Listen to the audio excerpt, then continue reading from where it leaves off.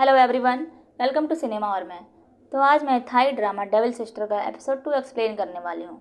अगर आपने अभी तक एपिसोड 1 नहीं देखा है तो आप उसे देख लें, नहीं तो आपको ये स्टोरी समझ में नहीं आएगी। तो चलिए शुरू करते हैं। एपिसोड 2 के स्टार्ट में इरिन के ग्रैंडफादर इरिन और जिन से कहते हैं कि मैं चाहता हूँ कि तुम दोनों की शादी जल्दी हो जाए, क्योंकि मैं बहुत बूढ़ा हो चुका हूँ और मैं नहीं जानता कि मैं कब तक जी पाऊँगा। ग्रैंडपा जिन को इरिन का ख्याल रखने के लिए बोलते हैं, तो जिन भी हाँ में जवाब देता है। उधर नामचा इनको घर जाने के लिए बोलता है, तो इन कहती है कि मैं अभी घर नहीं जाना चाहती हूँ, क्योंकि अगर मैं घर गई तुम ज़रूर वहाँ आओगे और इरिन की शादी को लेकर क्वेश्चन करोगे, और मैं नहीं चाहती कि मेरे घर में कोई तमाशा हो। नामचा कहता है, मैं भला ऐसा क्यों करूँगा, मैं क्या इतना खाली बैठा हूँ। इन कहती है, तुम्हारा और इरिन का ब्रेकअप तो 7 साल पहले ही हो गया था, फिर तुम उसकी इतनी चिंता क्यों कर रहे हो। नामचा कहता है, अगर तुम्हारी बात ख़त्म हो गई हो तो तुम अपने घर क्यों नहीं जाती हो। नामचा रूम से बाहर आता है, तभी उसके पेरेंट्स भी वहाँ आ जाते हैं और वो लोग इनको देखकर उससे पूछते हैं कि तुम यहाँ क्या कर रही हो। तो इन बताती है कि मैं आप लोगों के लिए गिफ्ट लेकर आई थी। नामचा के पेरेंट्स फिर इरिन के बारे में पूछते हैं कि वो कैसी है, काफ़ी टाइम से हम उसे मिले नहीं हैं। इन कहती है, इरिन अच्छी है। नामचा के पेरेंट्स इनसे कहते हैं कि इरिन से कहना कि जब उसे टाइम मिले तो हमसे मिलने आ जाया करे, हम उसे बहुत याद करते हैं। इसके बाद नामचा इनको उसके घर तक छोड़ने जाता है।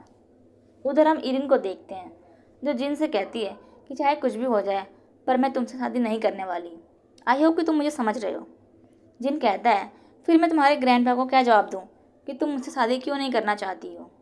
इरिन कहती है, तुम्हारा जो मन करे वो बोल दो, पर शादी के लिए मना कर दो। जिन कहता है, तुम शादी क्यों नहीं करना चाहती, इसीलिए कि तुम अरेंज मैरिज नहीं करना चाहती, या फिर इसलिए कि तुम मुझे पसंद नहीं करती। इरिन कहती है, दोनों ही कारण हो सकते हैं। और तुमने मेरे ग्रैंडफा से ऐसा क्या कह दिया है कि वो मेरी शादी तुमसे करवाना चाहते हैं। जिन कहता है, तुम्हें क्या लगता है कि मैं एक बुरा आदमी हूँ। इरिन कहती है, तुम मेरे ग्रैंडपा के लॉयर हो, इसीलिए तुम्हें उनकी सारी डिटेल्स पता है, और शायद इसीलिए तुम उनकी प्रॉपर्टी हासिल करने के लिए सब कर रहे हो। जिन कहता है, तुम मेरे बारे में अभी जानती ही क्या हो जो तुम मेरे बारे में ये सब कह रही हो। इरिन कहती है, मुझे जानना भी नहीं है तुम्हारे बारे में, बस तुम अपना काम करो और मेरे ग्रैंडपा का अच्छे से ख्याल रखो। जिन स्माइल करते हुए कहता है, तुम बिल्कुल वैसे ही हो जैसे जैसे तुम्हारे एम्प्लॉय बोलते हैं तुम्हारे बारे में, कि तुम बहुत एग्रेसिव और इमोशनल हो और तुम किसी की परवाह नहीं करती। इरिन इस पर कहती है, तुम भी मेरे बारे में अभी जानते नहीं हो। जिन कहता है, तो फिर क्यों ना हम दोनों एक दूसरे को जानने का मौका दें। इरिन मना कर देती है। तभी नामचा और इन भी वहाँ आ जाते हैं। इन के कपड़े देखकर इरिन पूछती है, तुमने ये क्या पहना हुआ है। इन कहती है, ये नामचा के कपड़े हैं। इरिन ये सुनकर थोड़ा सा वियर्ड लुक देती है, और फिर वो नामचा को जेलस करने के लिए जिन से कहती है कि गाड़ी आराम से चलाना और हम बाद में फ़ोन पे बात करते हैं। जिन भी स्माइल देते हुए वहाँ से चला जाता है। इसके बाद नामचा घर आता है, तो उसके पेरेंट्स उसे डिनर करने के लिए बोलते हैं, तो वो बिना कुछ कहे अपने रूम में चला जाता है। तो नामचा की मॉम उसके रूम में जाती हैं उससे बात करने के लिए। उसी वक्त नामचा के सिस्टर टैन भी घर आ जाती है। तो नामचा के डैड टैन से पूछते हैं कि तुम आज इतना लेट कैसे हो गई घर आने में। टैन कहती है, आज हॉस्पिटल में बहुत पेशेंट थे। नामचा के फादर कहते हैं, तो फिर तुमने नामचा की हेल्प क्यों नहीं ली, वो तो आज सुबह से घर पर ही है। टैन कहती है, डैड अब उसे थोड़ा आराम करने दीजिए। और मॉम कहाँ पर हैं। टैन के डैड बताते हैं कि तुम्हारी मॉम नामचा के रूम में गई हैं उससे बात करने के लिए। टैन कहती है, क्या हुआ है नामचा को। फिर इसके बाद हम नामचा और उसकी मॉम को बात करते हुए देखते हैं। नामचा की मॉम उससे डिनर करने के लिए बोलती है, तो नामचा कहता है, मुझे भूख नहीं है। नामचा की मॉम कहती है, अगर तुम्हें कोई परेशानी है तो मुझे बता दो।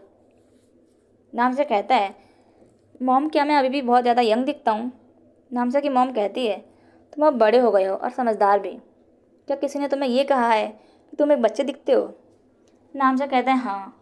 तो उसकी मॉम कहती है, मेरे हिसाब से इसमें कोई गलत बात नहीं है, क्योंकि बहुत सारी ऐसी चीज़ें हैं जो तुम कर सकते हो इस एज में, पर मैं नहीं। भले ही तुमने अभी अभी ग्रेजुएशन किया हो, पर तुम्हारे पास बहुत सारे आइडियाज़ हैं हॉस्पिटल को और बेटर बनाने के लिए। फिर नामचा के डैड टैन से पूछते हैं कि क्या नामचा और इन एक दूसरे को डेट कर रहे हैं। टैन कहती है मुझे नहीं मालूम। नामचा के डैड कहते हैं मैंने उन दोनों को कई बार साथ में देखा है और आज वो दोनों नामचा के रूम में थे और जब इन नामचा के रूम से बाहर आई तो उसने नामचा के कपड़े पहने हुए थे। इसका अब मैं क्या मतलब समझूं? टैन कहती है पर मुझे तो उन दोनों ने कुछ नहीं बताया। इसके बाद नामचा के डैड टैन से हॉस्पिटल के बारे में पूछते हैं तो टैन कहती है हॉस्पिटल में सब ठीक है पर आपके बिजनेस पार्टनर यानी अंकल नामचा को पसंद नहीं करते हैं। नामचा के डैड कहते हैं नामचा को ग्रेजुएशन किए हुए अभी ज़्यादा वक्त नहीं हुआ है, उसे और ट्रेनिंग की ज़रूरत है, शायद इसीलिए तुम्हारे अंकल नामचा पर ट्रस्ट नहीं कर पा रहे हैं। टैन कहती है फिर नामचा को कब मौका मिलेगा अपनी स्किल्स दिखाने का, क्योंकि अंकल तो उसे कोई भी इम्पोर्टेंट केस देते ही नहीं हैं और मुझे नामचा के लिए बुरा लगता है।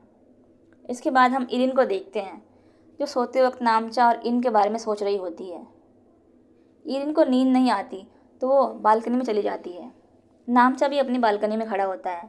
वो इरिन को मैसेज करता है कि शादी के बारे में सोचकर क्या तुम इतनी एक्साइटेड हो जो तुम्हें नींद नहीं आ रही है। इरिन कहती है यही समझ लो। नामचा कहता है तुमने कब से और लड़कियों की तरह सपने देखना शुरू कर दिया। फिर इरिन को पुरानी बात याद आने लगती है जब इरिन और नामचा एक दूसरे को डेट कर रहे थे और वो एक रेस्टोरेंट में बैठे हुए थे तो उन्होंने एक कपल को एक दूसरे को लव कन्फेस करते हुए देखा था, जिसे देखकर इरिन कह रही थी कि ऐसे पब्लिक में कौन लव कन्फेस करता है और प्रपोज करता है, ये सब सिर्फ शो ऑफ करने की चीज़ होती है, मुझे तो ये सब बिल्कुल पसंद नहीं है। नामचा कहता है तो फिर तुम मेरे अलावा किसी और से शादी मत करना। इरिन कहती है तुम जैसे बच्चे से कौन शादी करेगा, तुम्हें अपनी पढ़ाई पर ध्यान देना चाहिए। नामचा कहता है मैं मजाक नहीं कर रहा हूँ, अगर तुमने किसी और से शादी करने की कोशिश की तो मैं तुम्हारी शादी तोड़ दूँगा। प्रेजेंट में नामचा इरिन से चिल्ला करके प्रॉमिस मांगता है तो इरिन उसे चुप कराने के लिए प्रॉमिस कर देती है कि वो किसी और से शादी नहीं करेगी।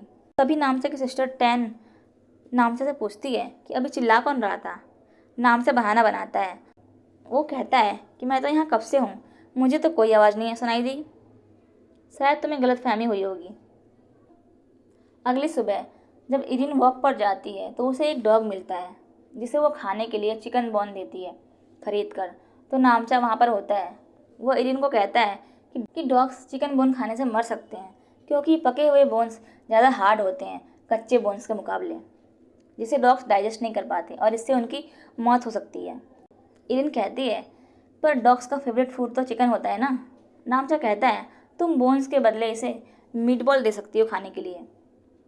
इरिन फिर उस डॉग को मीट बॉल देती है खाने के लिए।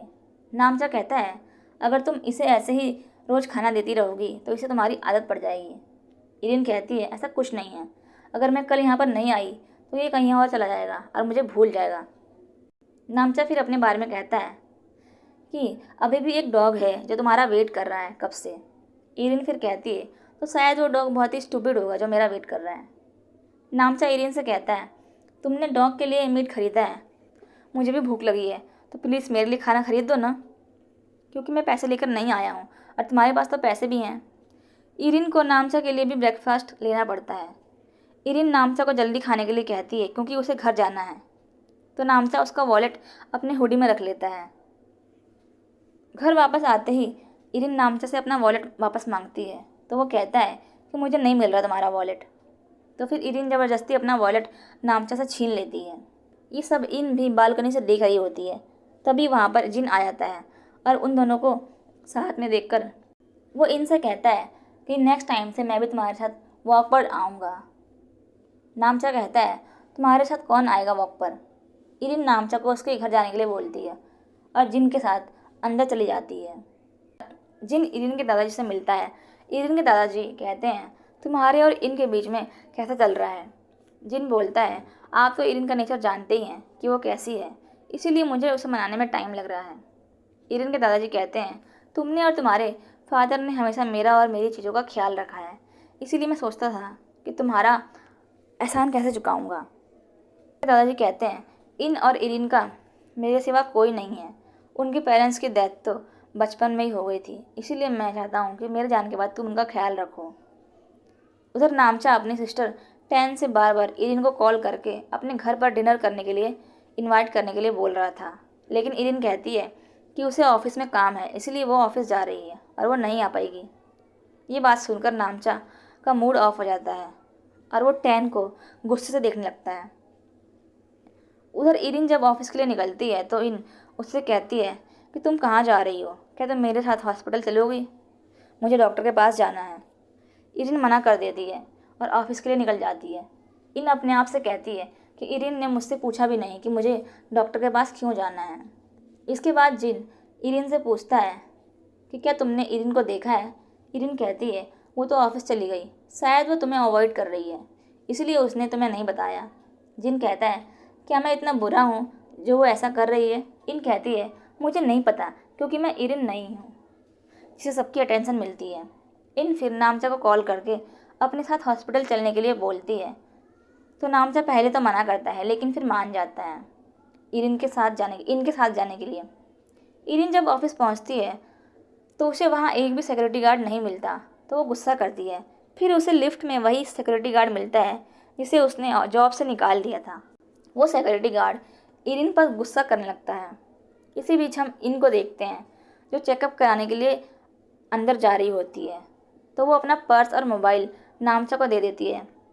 उधर वो सिक्योरिटी गार्ड इरिन को कहता है कि तुम्हारी वजह से मैं इस हालत में हूँ। तुम्हारे लिए लोगों को जॉब से निकालना बहुत ही आसान बात है ना, पर मेरे लिए ये जॉब कितनी ज़रूरी थी तुम नहीं जानती हो। इरिन चुपके से अपने मोबाइल से इनको कॉल करती है, जो कॉल नामचा रिसीव करता है और वो सिक्योरिटी गार्ड की बात सुन लेता है कि वो इरिन को हार्म पहुंचाने वाला है। सिक्योरिटी गार्ड इरिन का फ़ोन देख लेता है और फ़ोन तोड़ देता है। वो इरिन को स्लैप भी करता है और उसे मारने की धमकी देता है। और ये एपिसोड यहीं पर ख़त्म हो जाता है। अगर वीडियो अच्छी लगी हो तो वीडियो को लाइक शेयर कमेंट करें और नेक्स्ट पार्ट के लिए हमारे साथ जुड़े रहिए। Thanks for watching.